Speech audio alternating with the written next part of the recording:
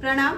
मैं हूँ आचार्य दीपा, आप सभी का बहुत बहुत स्वागत करती हूँ। आज का जो हमारा विषय है वो है शनिदेव। शनिदेव वक्री होने जा रहे हैं। 30 जून से 15 नवंबर तक शनि वक्री रहेंगे। जब कोई भी ग्रह वक्री होता है तो उसकी अच्छे और बुरे दोनों तरह के फल देने की क्षमता बहुत अधिक बढ़ जाती है। वक्री प्लैनेट को डेस्टिनी प्लैनेट का नाम भी दिया गया है। यह जो प्रिडिक्शन है वह चंद्र राशि पर आधारित है। बाकी हम लग्न की भी बात कर रहे हैं इसमें साथ साथ, यानी कि आपको अपनी कुंडली में अपने बर्थ चार्ट में देखना होगा कि शनि इस समय मतलब आपकी कुंडली में वक्री बैठे हैं या नॉर्मल अवस्था में है। जब शनि वक्री होंगे आपको अपनी कुंडली में शनि की स्थिति देखनी ही होगी, क्योंकि शनि जहां विराजमान है आपकी कुंडली में उस घर से बहुत प्रभावशाली फलों की प्राप्ति आपको होगी इस समय जब शनि वक्री होंगे। यदि आपकी कुंडली में भी शनि वक्र अवस्था में है तो ये प्रभाव आपके लिए 2 गुना बढ़ जाता है जब शनि वक्री होंगे। वक्री का मतलब होता है उल्टा। क्या सही में उल्टा होता है? सच में कोई ग्रह उल्टी चाल चलता है?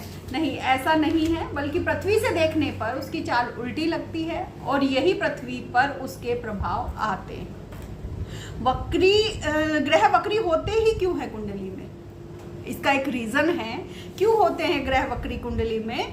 ग्रह का वक्री होना पूर्व जन्म के कारणों से कहीं ना कहीं कारणों को दिखाता है।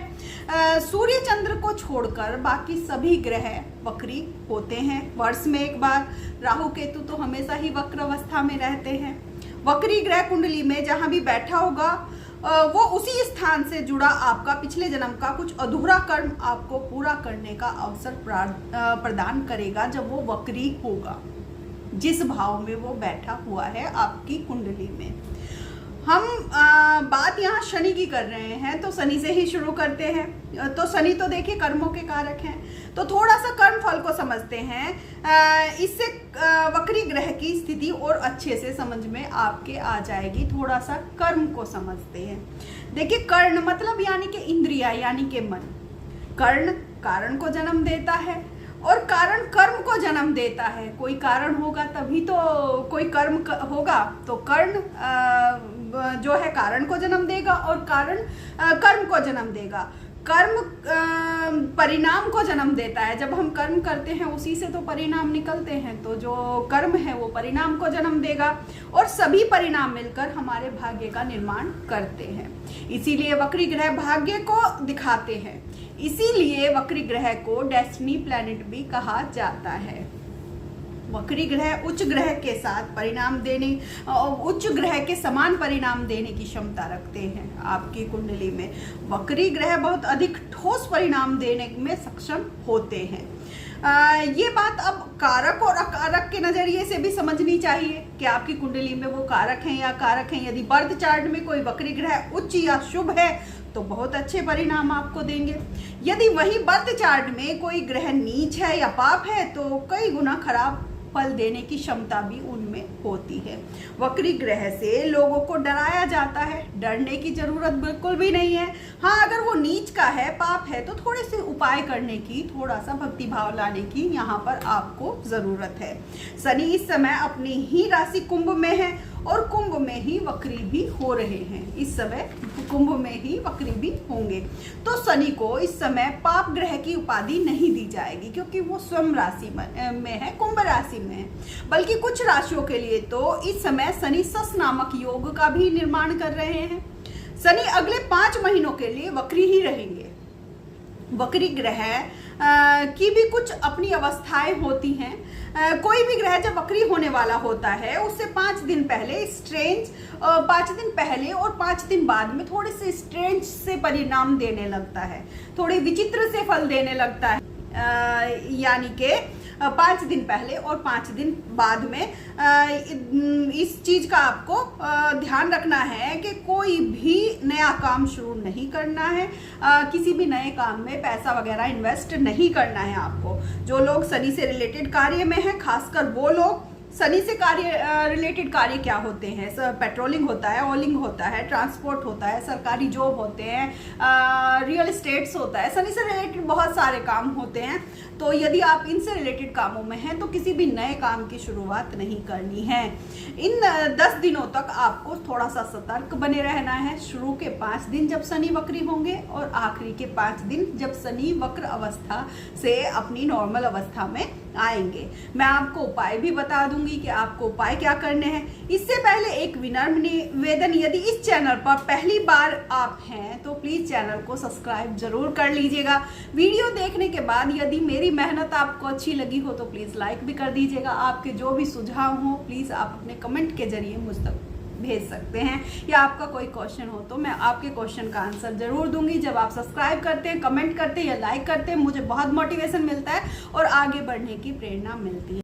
यह मैं आपको जब शनि वक्री होंगे या कोई ग्रह वक्री होता है मैं उसका प्रभाव आपको बता चुकी हूँ। अब चलिए आगे बढ़ते हैं और बात करते हैं जब शनि वक्री होंगे तो मेष राशि पर इनका क्या प्रभाव रहेगा या मेष राशि के लिए इनके रिजल्ट कैसे रहेंगे।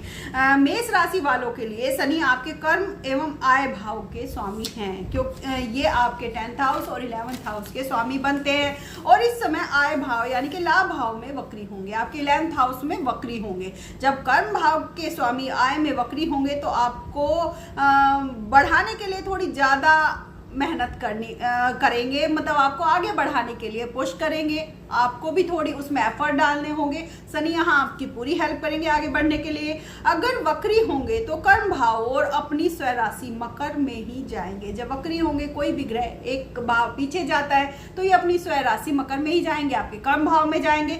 मेष राशि वालों को घबराने की ज्यादा जरूरत बिल्कुल नहीं है, क्योंकि शनि अपने ही घर में अपने ही भाव में, क्योंकि कालपुरुष के अकॉर्डिंग 10th हाउस शनि का ही बनता है, तो अपनी ही राशि में और अपने ही भाव में यहाँ पर शनि आएंगे जो कि अच्छा ही परिणाम देंगे। पर देखिए वक्री होंगे तो थोड़ा प्रभाव तो जरूर लेकर आएंगे, वो माइनर सी चीजें, क्योंकि आपसे मेहनत ज्यादा करवाएंगे, आपसे एफर्ट ज्यादा लगवाएंगे, लेकिन साथ साथ आपको रिजल्ट भी अच्छे ही देंगे। आपको लास्ट मोमेंट में अपनी योजनाएं बदलनी पड़ सकती हैं, इसीलिए आप अपना प्लान बी, प्लान सी, जितने भी आपके प्लान्स हैं 2-4 अपने तैयार रखिएगा कि अगर मैं किसी काम में आगे बढ़ने जा रहा हूं तो ये मेरा प्लान ए है, अगर वो विफल हो गया तो आप प्लान बी अपना रेडी रखिए। तो यहाँ पर आपको अपनी योजनाएं बदलनी पड़ सकती हैं जब शनि वक्री होंगे मेष वालों के लिए, ताकि हड़बड़ाहट में कोई गलत डिसीजन आप ना लें, इसलिए प्लान बी की मैं बात कर रही हूँ। शनि 3rd दृष्टि से आपको ही देखेंगे तो थोड़ी डिस्ट्रैक्शन तो होगी, स्वास्थ्य को लेकर थोड़ी सी चिंताएं अधिक हो सकती हैं आपको। 11th हाउस से शनि आपके 5th हाउस को देखेंगे। 5th हाउस होता है आपके एजुकेशन का, आपकी संतान का, आपके प्रेम प्यार का और आपके मन में दबी हुई इच्छाओं का। आपको एजुकेशन फील्ड में कुछ बदलाव करने पड़ सकते हैं। संतान पक्ष को लेकर कुछ फैसले लेने पड़ सकते हैं इस समय जब शनि वक्री होंगे। 10th दृष्टि से आपके 8th हाउस पर होगी शनि की जब शनि वक्री होंगे, तो अपने बड़ों की सेवा कीजिए। पितरों के नाम से दान पूजन आपको करना है। चलिए बात कुछ उपायों की कर लेते हैं कि किन उपायों को करने से शनि देव शांत रहते हैं और अपने इस जो वक्र उनका पीरियड रहेगा उसमें वो उनसे अच्छे रिजल्ट कैसे लिए जा सकते हैं। देखिए शनि देव के जो इष्ट देव हैं वो भगवान शिव हैं। शिव की उपासना से शनि देव शीघ्र शांत हो जाते हैं। भगवान शिव का ही 11वां रूप माने जाने वाले हनुमान जी, इसीलिए इनकी उपासना बताई जाती है जब शनि का फेज आता है, शनि का पीरियड आता है, कि भगवान हनुमान जी की पूजा अर्चना से शनि देव शीघ्र ही शांत होकर व्यक्ति को अच्छे रिजल्ट देने लगते हैं।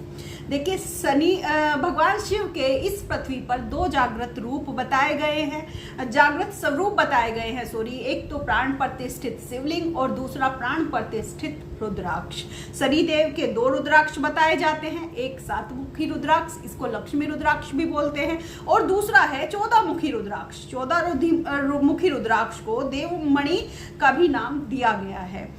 इसीलिए भगवान शिव ने इसे अपने मस्तक पर धारण किया है। बहुत ही कॉस्टली आता है, हालांकि ये 7 मुखी रुद्राक्ष को लक्ष्मी जी का रुद्राक्ष बताया गया है, मैं पहले भी बता चुकी हूँ। 7 मुखी रुद्राक्ष अफोर्डेबल भी है, हम लोग नॉर्मल जो लोग हैं हम उसे अफोर्ड कर सकते हैं। तो एक धारण करने के बजाय आप 3 धारण कर सकते हैं इस समय में। तो इस समय जो इनका वक्र पीरियड चल रहा है, या जिनकी शनि की 7.5 यानी कि मकर, कुंभ, मीन, या जिनकी शनि की ढैया पनौती यानी कि कर्क और वृश्चिक, इनके लिए ये रुद्राक्ष बहुत ही कारगर साबित होंगे। आप आध्यात्म से जुड़िए और आप ईश्वर की शरण में जाइए, तो शनि भगवान आपको अच्छे ही रिजल्ट प्रदान करेंगे। और सबसे बड़ी बात, अपने कर्मों पर विशेष ध्यान रखिए।